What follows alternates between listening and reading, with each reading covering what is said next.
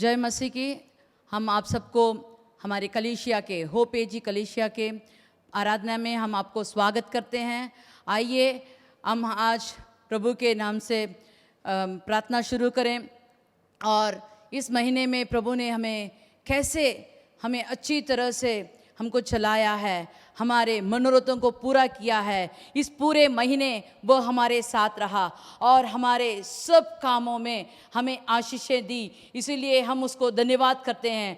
आंख बंद करके हाथ उठा के हम प्रार्थना करते हैं, हे प्रभु, हमारे लिए आपने जो भी किया है हम उसके लिए धन्यवाद करते हैं। प्रभु, इस पूरे महीने आपने हमको चलाया है, इसलिए हम धन्यवाद करते हैं। प्रभु, हमारे साथ आपके वचनों के द्वारा आपने बात किया है और हमारे चाल चलन में आप हमारे साथ थे, इसीलिए हम धन्यवाद करते हैं। प्रभु, आप हमें किसी भी रोग से पीड़ित ना होने के लिए आपने हमको ढक के चलाया है, इसीलिए हम धन्यवाद करते हैं। प्रभु, धन्यवाद धन्यवाद प्रभु, हमारे लोगों के लिए, हमारे घर वालों के लिए, हमारे परिवारों के लिए हम धन्यवाद करते हैं। प्रभु, हम आपको धन्यवाद करते हैं। हमारे कामों के लिए हम धन्यवाद करते हैं। प्रभु, जहाँ जहाँ हम दुख से बैठे हुए थे, आपका वचन हमको उत्साह किया और हमें और भी आगे बढ़ने के लिए सामर्थ दिया, इसीलिए हम धन्यवाद करते हैं। प्रभु, इस पूरे महीने में आपने हमें संभाल कर चलाया है, इसलिए हम धन्यवाद करते हैं। प्रभु, इस आराधना के लिए हम प्रार्थना करते हैं। प्रभु, यहाँ जो भी कोई आए हैं सबके लिए हम धन्यवाद करते हैं। आपने हमें यहाँ आने के लिए आपने सामर्थ दिया, इसीलिए हम धन्यवाद करते हैं। प्रभु, और जो भी लोग इस YouTube के माध्यम में देख रहे हैं उनके लिए भी हम धन्यवाद करते हैं। और भी लोगों को इसे शेयर करके और भी लोगों को इस YouTube के माध्यम से हम एक मन होकर जुड़ने के लिए हमें सामर्थ दिया है, इसीलिए हम धन्यवाद करते हैं। पास में दूर में जो भी लोग हैं, जो भी पीड़ित लोग हैं, उनके लिए भी हम धन्यवाद करते हैं, जो उनके लिए आपने इस वचनों को द्वारा उनको छुटकारा दिया है, उन पीड़ित लोगों के लिए छुटकारा दिया है।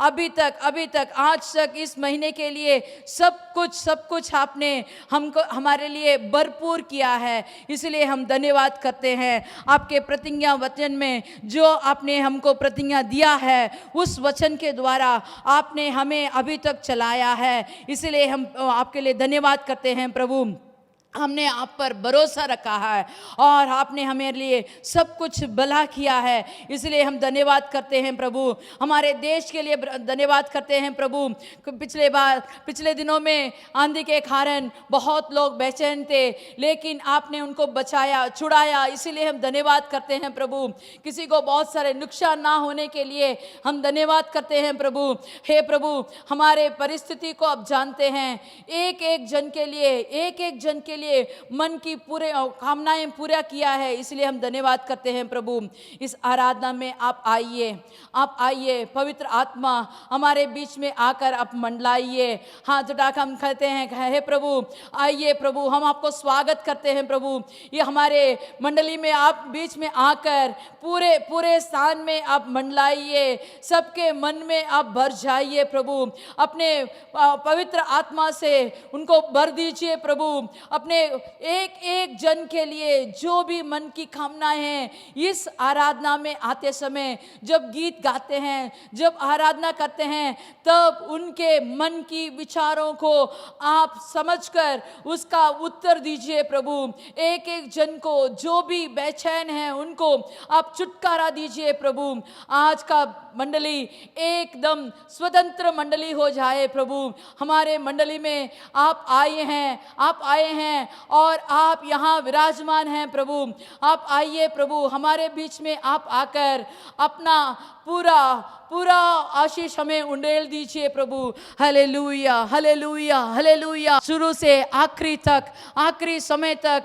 आप हमारे बीच में रहिए। जो आंसुओं से भरे हुए हैं उनके आंसुओं को पोंछ दीजिए। प्रभु, जो भी यहाँ दिक्कत में हैं उन दिक्कतों को दूर करने वाले प्रभु आप ही हैं करके ये लोग समझ जाने के लिए, ये लोग आपके ऊपर पूरा भरोसा रखने के लिए वचन दीजिए। प्रभु, हे प्रभु, हम एक वचन के लिए हम उत्साह से ठहरे हुए हैं, हमसे बोलिए, हमसे बातें कीजिए प्रभु, गीत में के द्वारा बातें कीजिए प्रभु। जब आराधना होती है, आपको महसूस करने के लिए एक एक जन को आप छूइए प्रभु, अपने आंचल से ढक दीजिए प्रभु। हे प्रभु, शुरू से अंतिम तक आपको महसूस करने के लिए एक एक जन को सामर्थ्य दीजिए प्रभु। हम आपसे प्रार्थना करते हैं प्रभु, एक एक समय भी बेकार नहीं जाना चाहिए। इस समय में जो भी पास में, दूर में, यूट्यूब के माध्यम में, फेसबुक के माध्यम में जो भी इसे देखते हैं, शांत से बैठकर महसूस करने के लिए सामर्थ्य दीजिए प्रभु, मसीह के नाम से आमीन आमीन। हालेलुया। आइए कुछ गीतों को गा के परमेश्वर की आराधना करेंगे। और इस पूरे महीने परमेश्वर हमारे साथ रहा, उसने हमें दुगनी आशीषें दी, उसने हमें अपनी सामर्थ दी और अपना बल दिया। कुछ गीतों को गा के परमेश्वर की आराधना करेंगे, क्योंकि आज का दिन यहोवा ने बनाया है और हम सब इसमें आनंदित होंगे। मिलकर जोश के साथ इस गीत को गाएंगे, आज का दिन यहोवा ने बनाया है।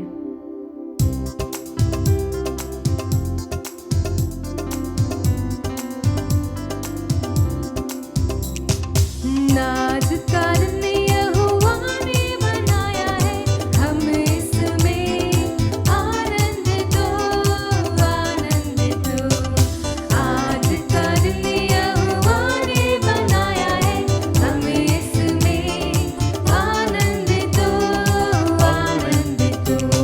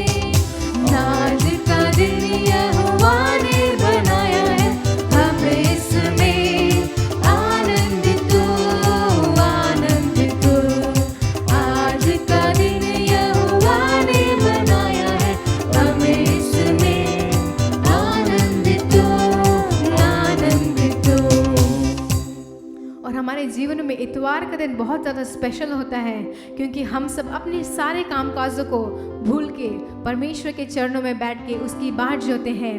आइए अपनी जगहों पे खड़े होकर हम परमेश्वर की आराधना करें और कहें, हाँ परमेश्वर, आज का दिन तूने बनाया है कि हम तेरे में मग्न और आनंदित हों।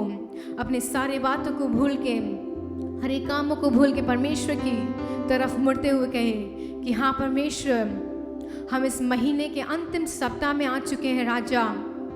तेरे पराक्रम के कामों को सोच के, तेरे हर बातों को सोच के, तेरी भलाइयों को सोच के परमेश्वर हमारा दिल मग्न हो रहा है। परमेश्वर आज सुबह के वक्त में परमेश्वर एक धन्यवाद हृदय से परमेश्वर हम तेरे सम्मुख में आते हैं राजा, हम तेरे चरणों में आते हैं परमेश्वर। हर एक बातों को सोच के हम तेरा धन्यवाद देते हैं। तेरी भलाइयाँ अनेक हैं, तेरे चमत्कार अनेक हैं परमेश्वर।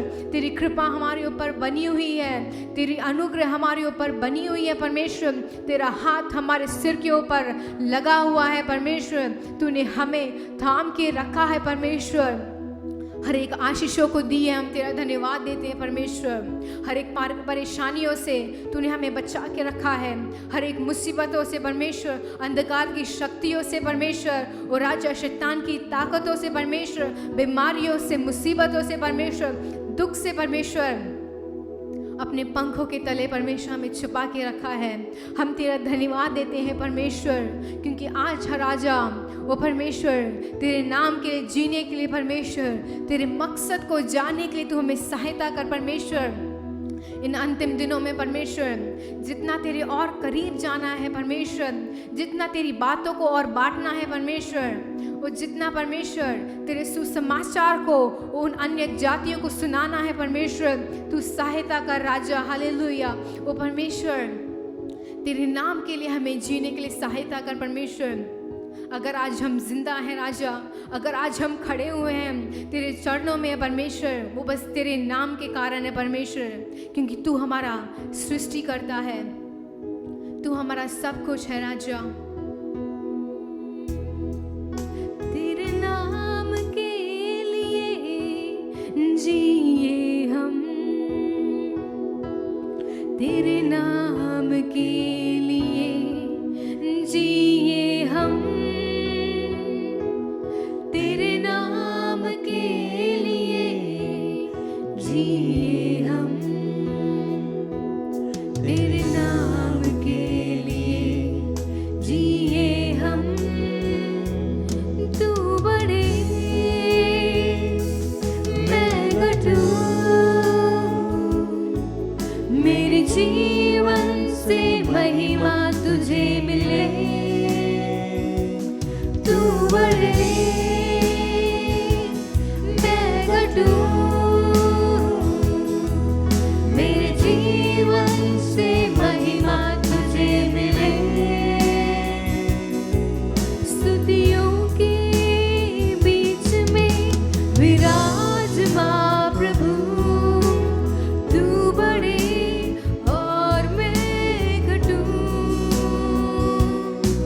स्तुतियों के बीच में विराजमान प्रभु, तू बड़े और मैं घटूं।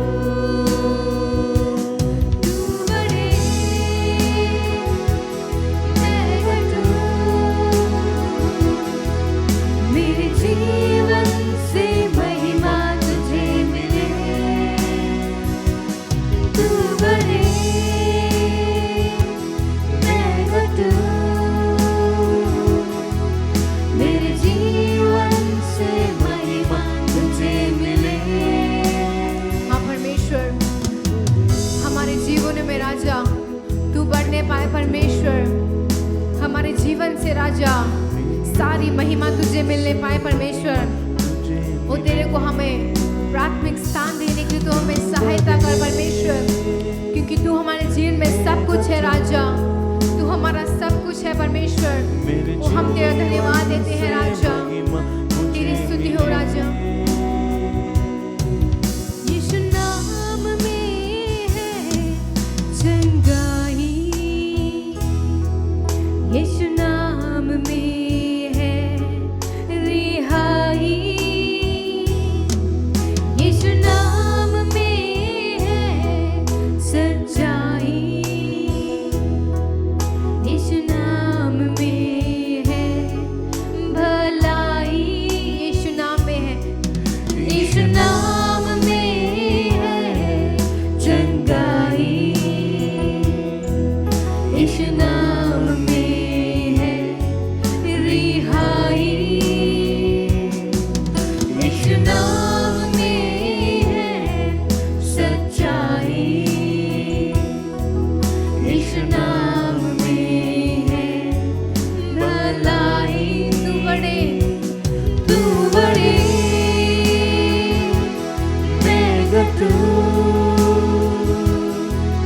मेरे जीवन से महिमा तुझे मिले।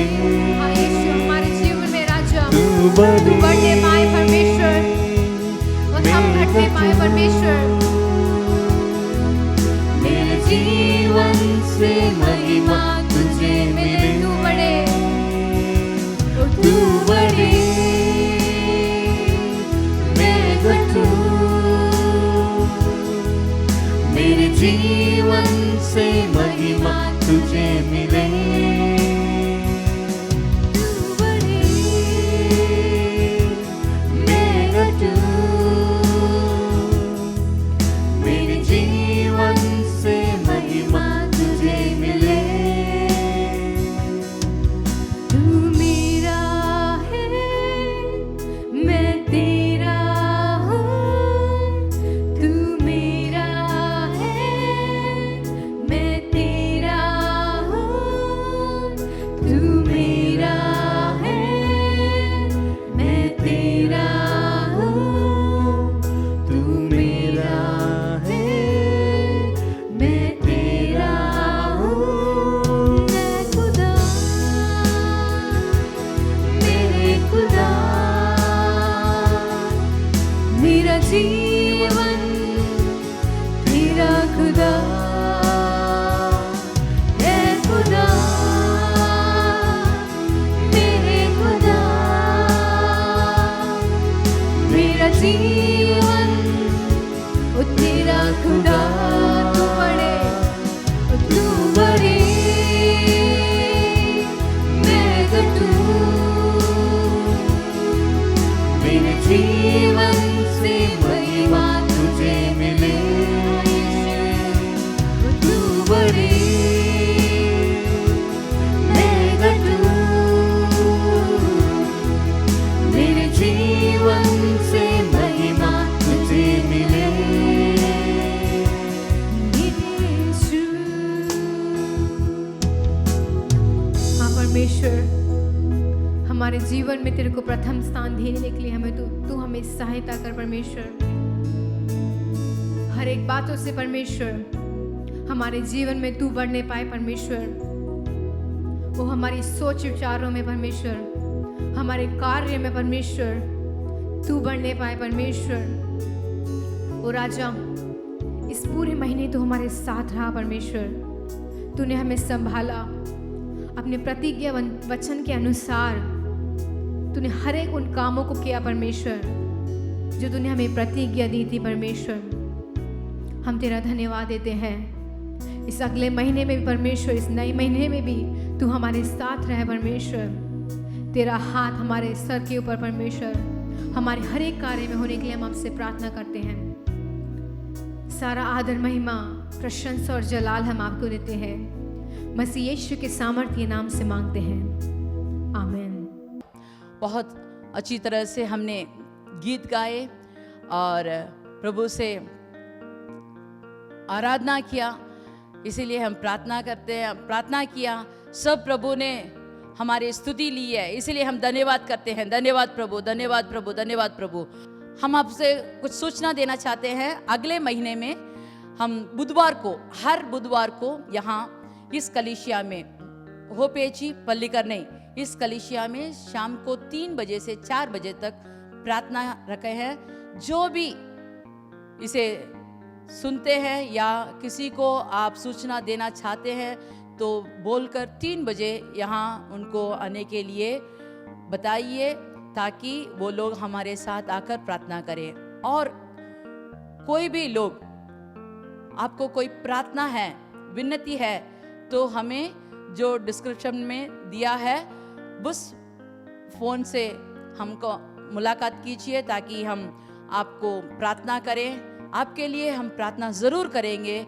यहाँ जो भी आता है, जो भी हमको बताता है, हम सबके लिए प्रार्थना करते हैं। हमारे प्रभु ज़रूर उनके लिए छुटकारा देगा। उनकी जो भी प्रार्थना है उसको सुधी ले और हमारे लिए सब कुछ भरपूर कर दे। अभी हम वचन की ओर अपना ध्यान बटाने जाएंगे। जो वचन हमारे साथ बांटने जा रहे हैं उनको हम ताली बजाकर स्वागत करते हैं। आमीन। परमेश्वर के पवित्र नाम की स्तुति हो। मैं परमेश्वर का धन्यवाद देती हूँ कि परमेश्वर ने ये मुझे मौका दिया है कि आपके बीच में उसके वचन को बांटूं। आशा करती हूँ कि आप सब लोग खुश हैं और परमेश्वर की आशीषें आपने प्राप्त की है। और हम इस महीने की आखिरी सप्ताह में आ चुके हैं। परमेश्वर का अनुग्रह, परमेश्वर की कृपा दृष्टि हमारे ऊपर बनी रही। परमेश्वर ने हमें अच्छे रीति से एक चरवाहा की नाई चलाया और परमेश्वर ने हमें पाल पोस के बड़ा किया। उसने हमें हर एक आशीषें दी। उन सब को सोच के हमें परमेश्वर का धन्यवाद देना चाहिए। आइए सीधे वचन की ओर चलते हैं। मेरे साथ निकालिए यूहन्ना की पुस्तक उसका 6:21। अतः वे उससे नाव पर चढ़ा लेने के लिए तैयार हुए और तुरंत वह नाव उस स्थान पर जा पहुंची जहां वे जा रहे थे। आइए अपनी आंखों को बंद करके समर्पित करते हुए प्रार्थना करेंगे। महान जीवित सामर्थ्य परमेश्वर, ज़मीन और आसमान के मालिक, हम तेरा धन्यवाद देते हैं परमेश्वर। और इस वचन से परमेश्वर तू आज हमसे बातचीत कर परमेश्वर। और जो शब्द परमेश्वर, जो प्रतिज्ञाएं जो तू हमें देना चाहता है, उन शब्दों को परमेश्वर मेरे मुंह में डाल दे परमेश्वर। और परमेश्वर अपने जीवनों को परमेश्वर तेरे सामने रखने के लिए, जांचने के लिए परमेश्वर तू हमें सहायता कर। हर एक बातों को तेरे हाथों में सौंपते हैं। मसीह यीशु के महान नाम से मांगते हैं, आमीन। और उसमें लिखा है, तुरंत वे नाव उस स्थान पर जा पहुंची जहां वे जा रहे थे। ये संभव हमने बाइबल में सुना हुआ है कि जो चेले हैं झील के उस पार जा रहे थे, क्योंकि परमेश्वर ने उनसे कहा था। और जब वो जा रहे थे वहाँ पे आंधियाँ आई, तूफानें आई और सारे चेले डर गए। और वो डर के मारे उनको लगा कि अब हम जिंदा नहीं रहेंगे। लेकिन उस वक्त परमेश्वर पानी के ऊपर चल के आता है और कहता है, मैं हूँ, डरो मत।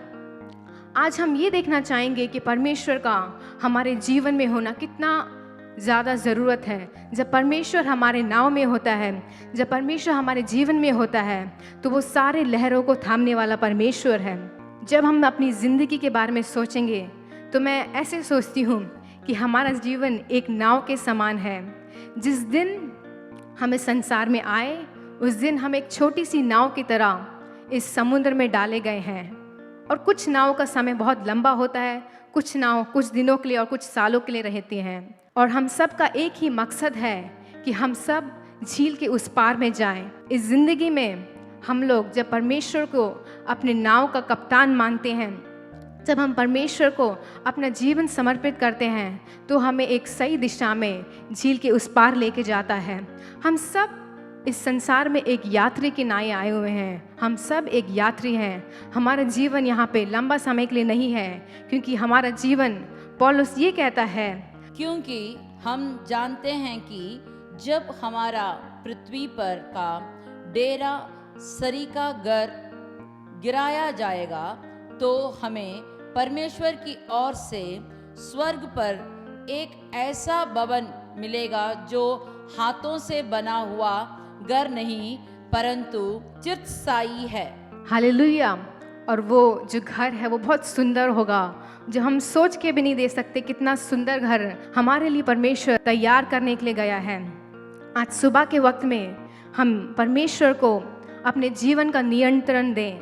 जब हम परमेश्वर को अपने जीवन का नियंत्रण देते हैं तो वो हमारे साथ रहता है। जब परमेश्वर हमारे नाव में होता है, हमें आशा मिलती है। जब परमेश्वर हमारे नाव में मिलता है, हम बहुत दृढ़ हो जाते हैं। आज हम 2 नाव के बारे में एक कहानी सुनने वाले हैं। जब हम छोटे थे, बचपन में, हम सब ने बारिश के समय में छोटी छोटी नाव बनाई थी। और उन नाव बनाने के समय में हमें कागज़ को मरोड़ के नाव बनाना था।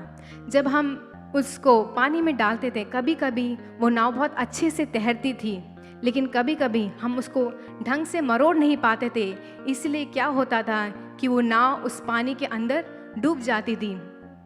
आज हम पवित्र शास्त्र से 2 कहानियाँ देखने वाले हैं, एक नया नियम से और एक पुराना नियम से। उसमें हम ये ध्यान करने वाले हैं कि हमें अपनी नाव में क्या चीज़ें रखनी चाहिए, क्या चीज़ें नहीं रखनी चाहिए। आइए मेरे साथ निकालिए लूका का पुस्तक 5:1 से 11 तक। ये कहानी हम सब ने सुनी है। ये एक मछुआरे के बारे में है। उसका नाम है सीमोन, और जो कि परमेश्वर का चेला था। उस कहानी में क्या होता है कि वो पूरी रात परिश्रम करता है, बहुत मेहनत करता है, लेकिन उसको कोई भी फल नहीं मिलता। वो बहुत अच्छा मछुआरा था, उसके जैसा मछुआरा कोई नहीं था। लेकिन जब परमेश्वर वहाँ पे वचन दे रहा होते हैं तो वहाँ पे कोने में खड़े होके जाल को धो रहा था।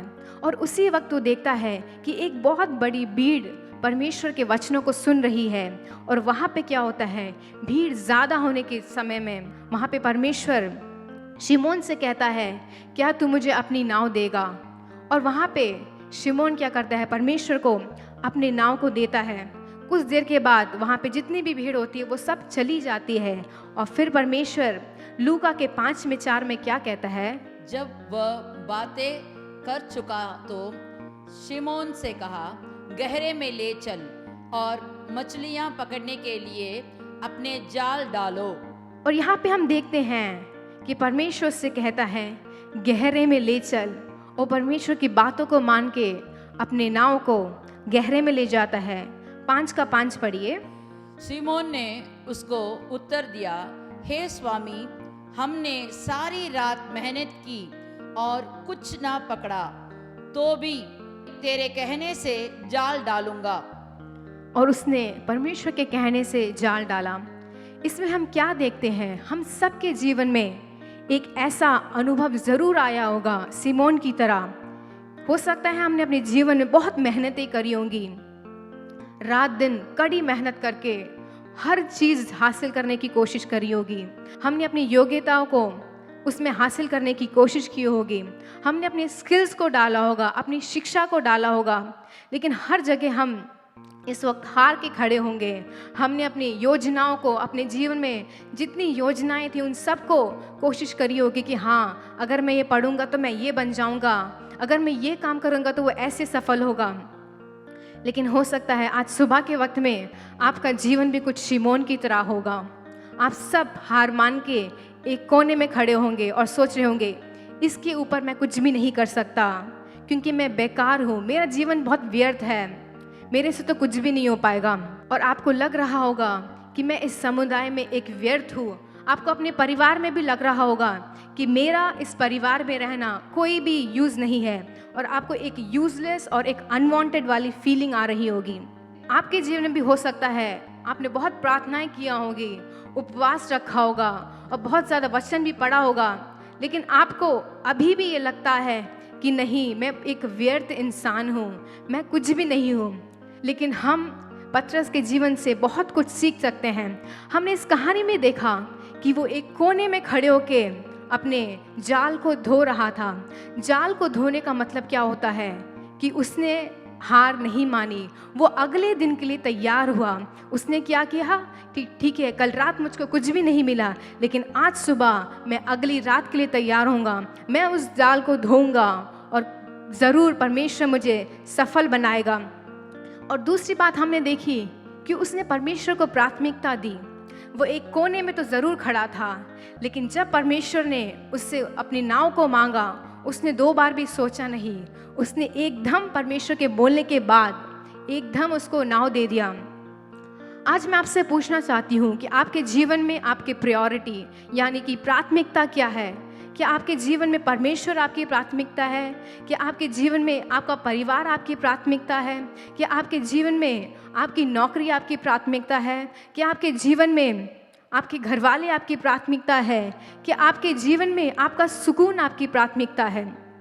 और आप अच्छे से सोच के देखिए कि आपके जीवन में आज क्या प्राथमिकता थी। लेकिन सिमोन के जीवन में परमेश्वर प्राथमिकता थी, क्योंकि जब परमेश्वर ने उससे उस नाव को मांगा, उसने इनकार नहीं किया। उसने एकदम परमेश्वर को उस नाव को दिया। उसके दिमाग में कोई सेकंड प्लान नहीं था कि अगर मैं नाव को दूं तो क्या होगा। हमारे जीवन में हम लोग हर समय सवाल करते हैं कि अगर मैं ऐसा करूं तो मेरे जीवन में क्या होगा। हम सब ने मरियम और मार्था के बारे में सुना है। जब परमेश्वर मरियम और मार्था के घर में आते हैं तो जो मार्था होती है वो अपने घर के कामकाज में बहुत ज़्यादा बिजी रहती है, लेकिन मरियम क्या करती है, परमेश्वर के वचन के, परमेश्वर के पैरों तले बैठ के उसके वचन सुनती है। और वचन में ये लिखा है, उस उत्तम भाग को मरियम ने चुन लिया जो उससे छीना ना जाए। ऐसे ही पतरस ने परमेश्वर को प्राथमिकता देके उस उत्तम भाग को चुन लिया है। और अगली बात हमने ये देखी कि उसको कुछ करने का जुनून था। He had passion. हमारे जीवन में भी क्या हमारे अंदर वो जुनून है कि हाँ, हमें परमेश्वर के लिए कुछ करना चाहिए।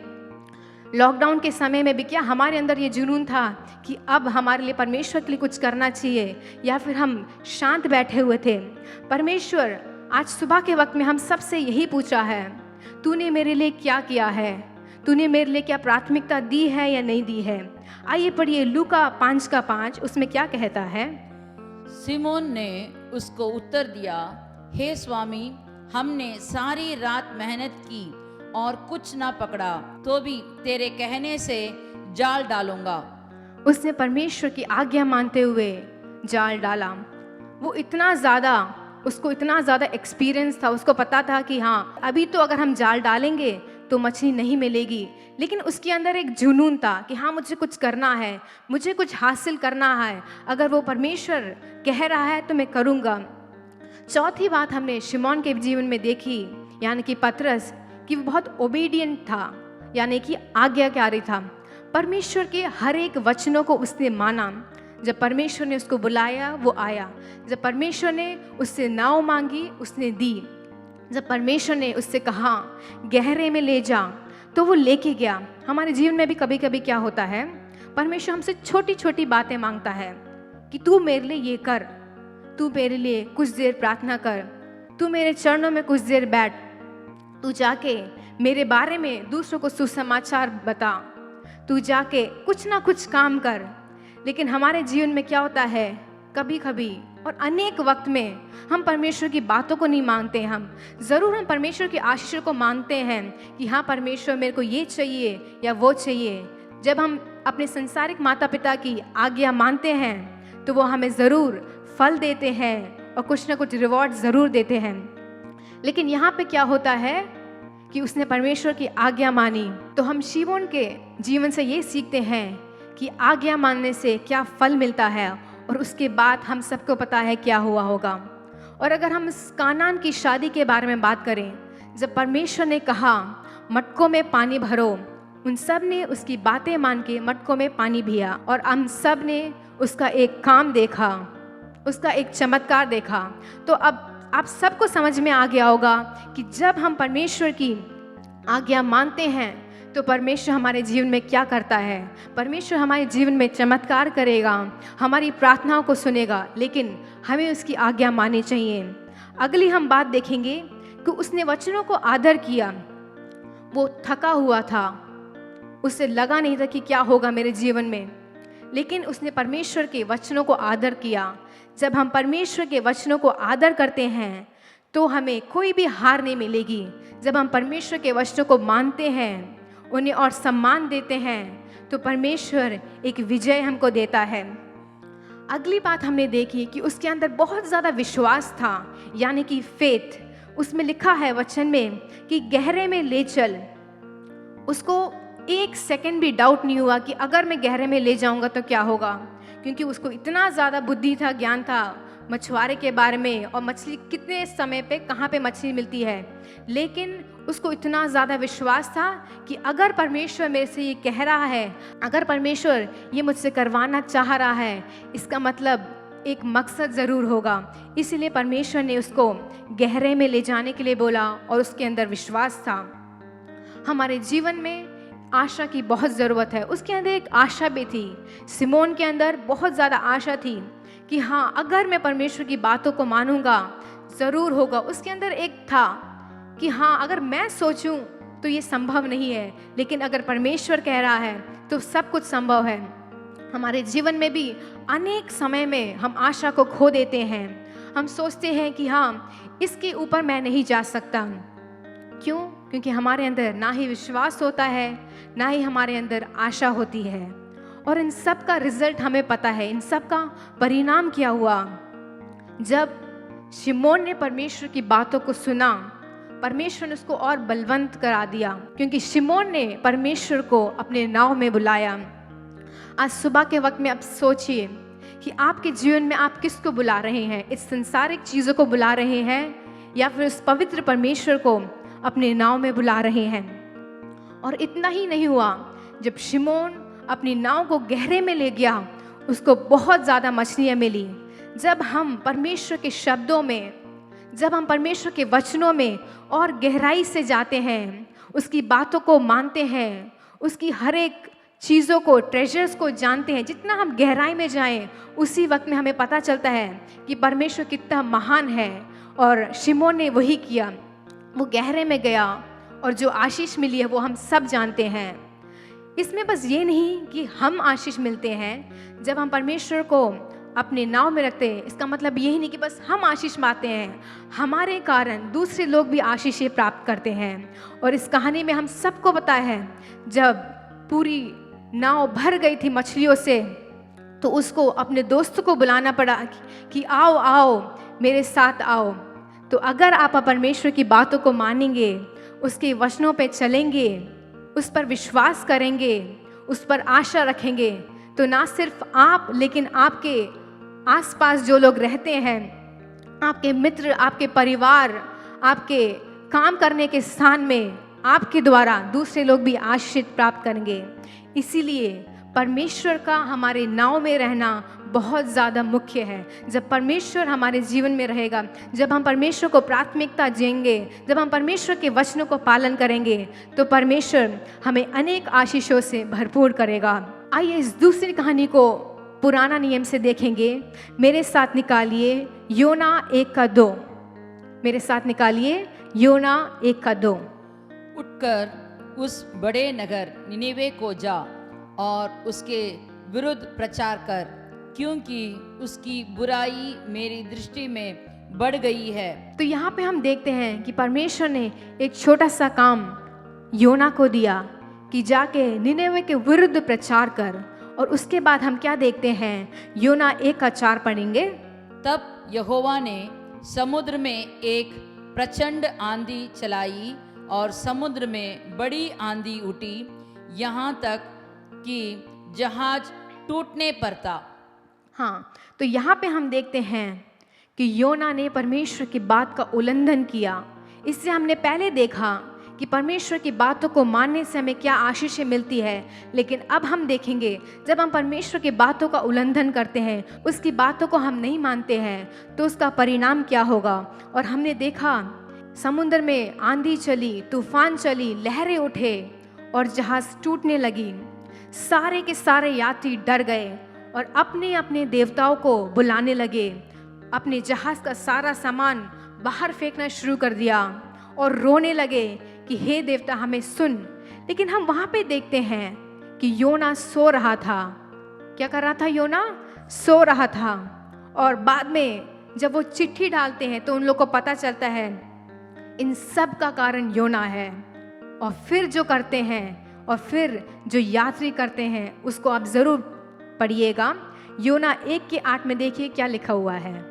तब उन्होंने उसे कहा, हमें बता कि किसके कारण यह विपत्ति हम पर पड़ी है, तेरा उद्यम क्या है, तू कहाँ से आया है, तू किस देश में किस जाति का है।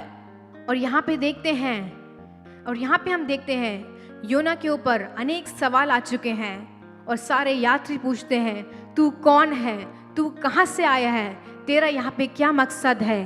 और आज तक हमने इस कहानी को बहुत बार सुना होगा, हमने इसे परमेश्वर की रीति से भी सुना होगा कि परमेश्वर इस कहानी से हमें क्या बताना चाहता है। दूसरी तरीके से हम देखा जाए, हमने योना के जीवन से सुना होगा कि परमेश्वर ने योना के जीवन में क्या किया, लेकिन आज हम इस कहानी को एक दूसरी दिशा देने वाले हैं। आज इस कहानी को हम यात्रियों की नज़र से देखेंगे। वो यात्री क्या सोचते होंगे? उन लोग ने अपनी जर्नी बहुत अच्छे से शुरुआत करी होगी कि हाँ हम झील के उस पार जाएंगे, हम लोग सफल होंगे। लेकिन एक इंसान के उस जहाज़ में होने से क्या हुआ? वो सब कुड़कुड़ाने लगे, बोलने लगे उसके चक्कर में मैं क्यों सहूँ, मेरी क्या गलती है। अनेक सवाल उठे होंगे, वो सब सोच रहे होंगे कि इतना ज़्यादा पीड़ा, इतनी ज़्यादा परेशानियाँ मुझे क्यों सहनी पड़ रही है। आज हमारे जीवन में भी कुछ ऐसा ही होता है। हमारे जीवन में कुछ ऐसी चीज़ें हैं, हमारे आत्मिक जीवन में कुछ ऐसी चीज़ें हैं जिससे हम आत्मिक उन्नति नहीं कर पा रहे हैं, वो सब हमको दबोच के रखी हुई है। लेकिन आज सुबह के वक्त में परमेश्वर चाहता है, उसके वचनों से ये बता रहा है, वो हमें सतर्क कर रहा है कि उन सारी चीज़ों को अपने जहाज के बाहर छोड़ो, अपने जहाज के बाहर फेंक दो। और वो आपके गलत रिश्ते हो सकते हैं, हो सकता है ऐसा रिश्ता जो परमेश्वर की नज़र में ठीक ना हो, वो भी हो सकता है।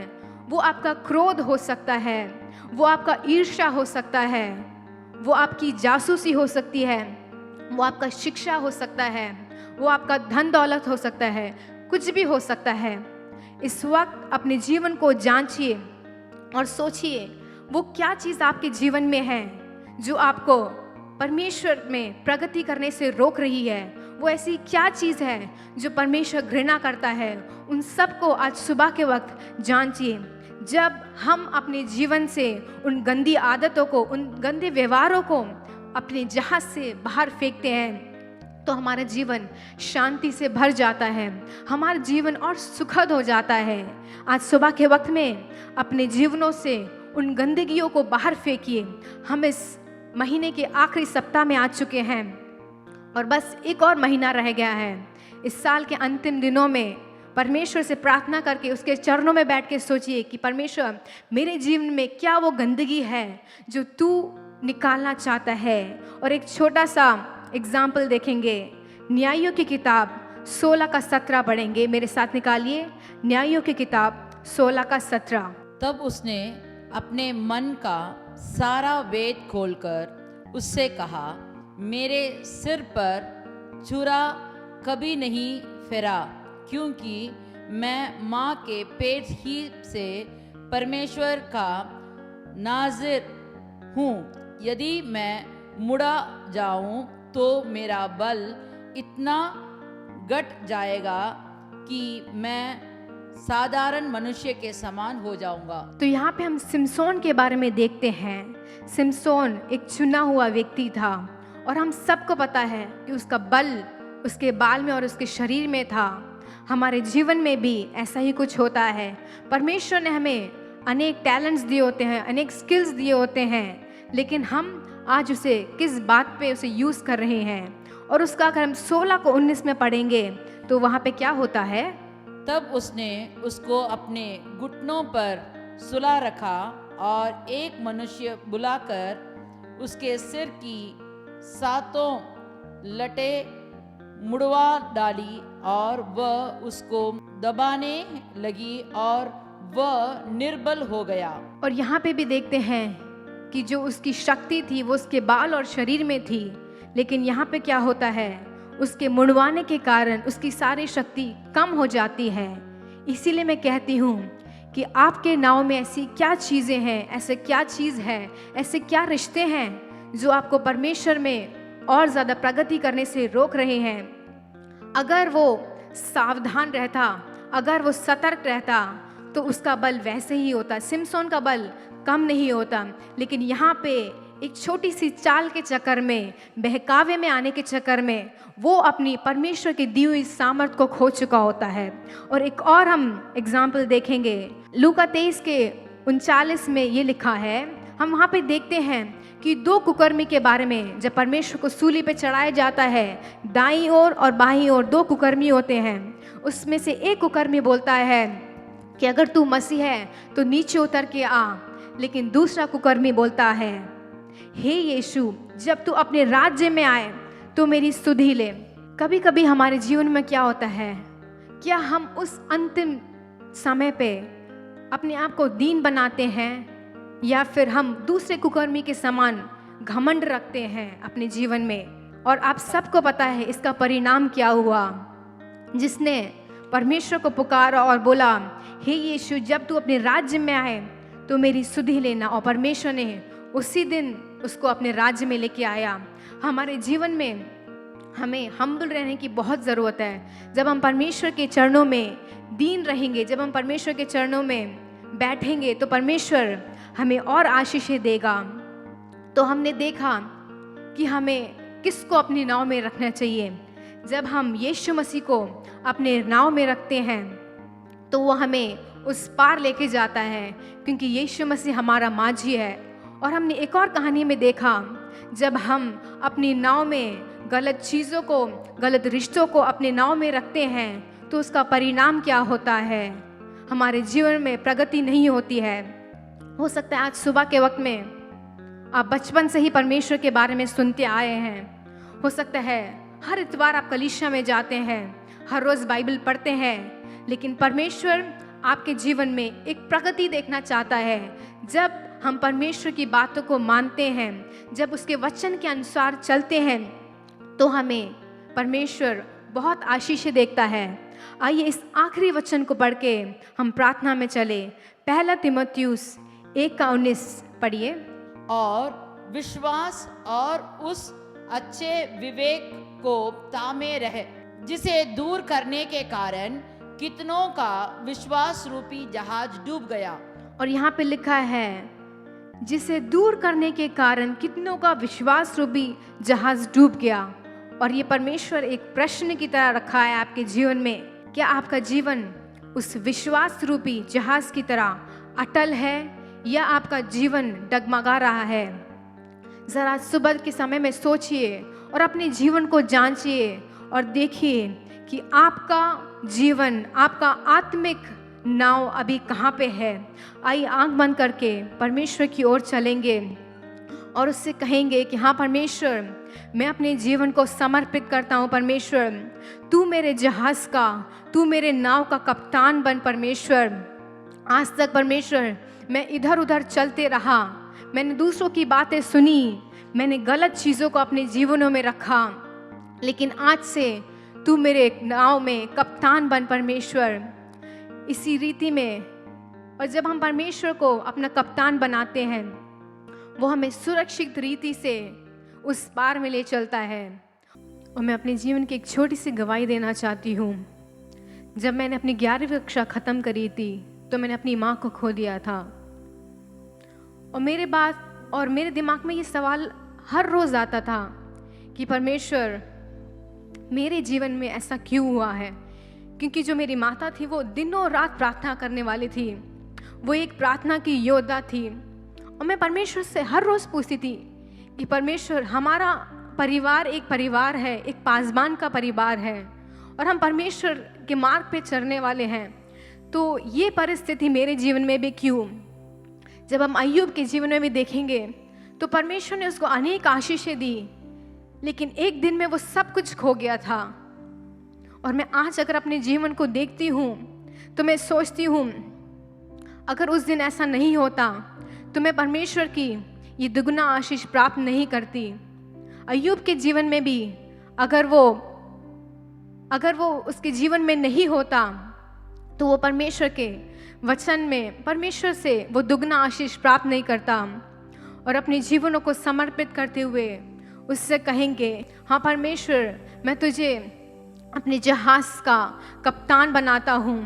हमारे जीवन में अनेक परिस्थितियाँ होती हैं कि हम बहुत कुछ खोते हैं। कभी कभी हमारे जीवन में हमें कुछ समझ नहीं आता है, जैसे पतरस के जीवन में हुआ।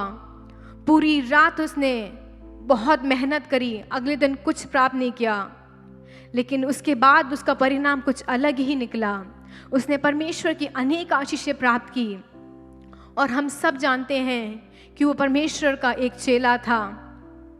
अगर आपको लगता है कि आपका जीवन किस दिशा में जा रहा है, क्या आपको लगता है कि आपकी नाव एक ही जगह में खड़ी होकर घूम रही है?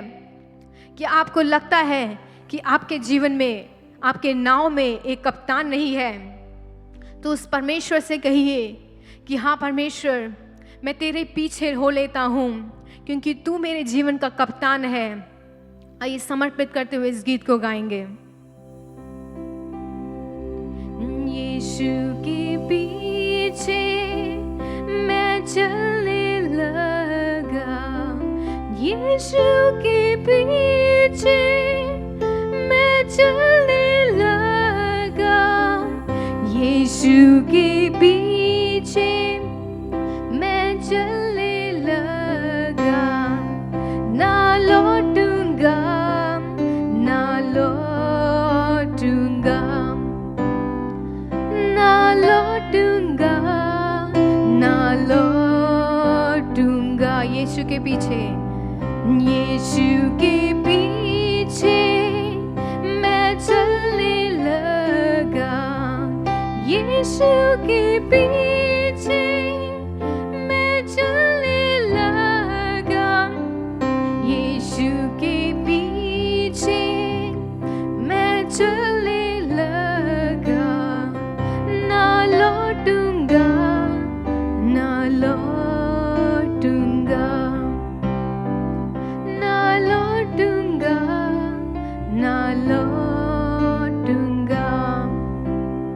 जब हमने पहले वचन को पढ़ा था, यूहन्ना 6:21, जब परमेश्वर उस नाव पे चढ़ा, जब परमेश्वर पानी के ऊपर चल के आया, तो वो हमें ये दर्शाता है, हो सकता है जिंदगी में कितनी भी आंधियां उठे, कितनी तूफानें उठे, कितनी लहरें भी उठे, लेकिन परमेश्वर उन सब के ऊपर चल के आया है हमारे जीवन में।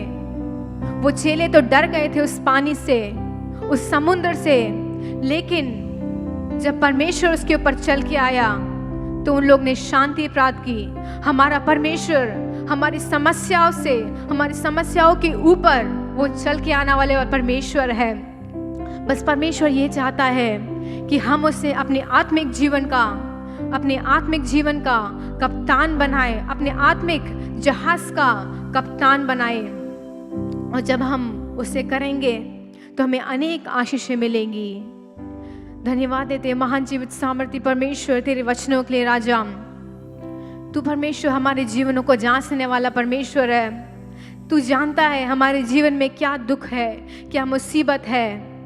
तू जानता है हमारे जीवन में आत्मिक रीति से प्रगति करना कितना ज़्यादा ज़रूरी है।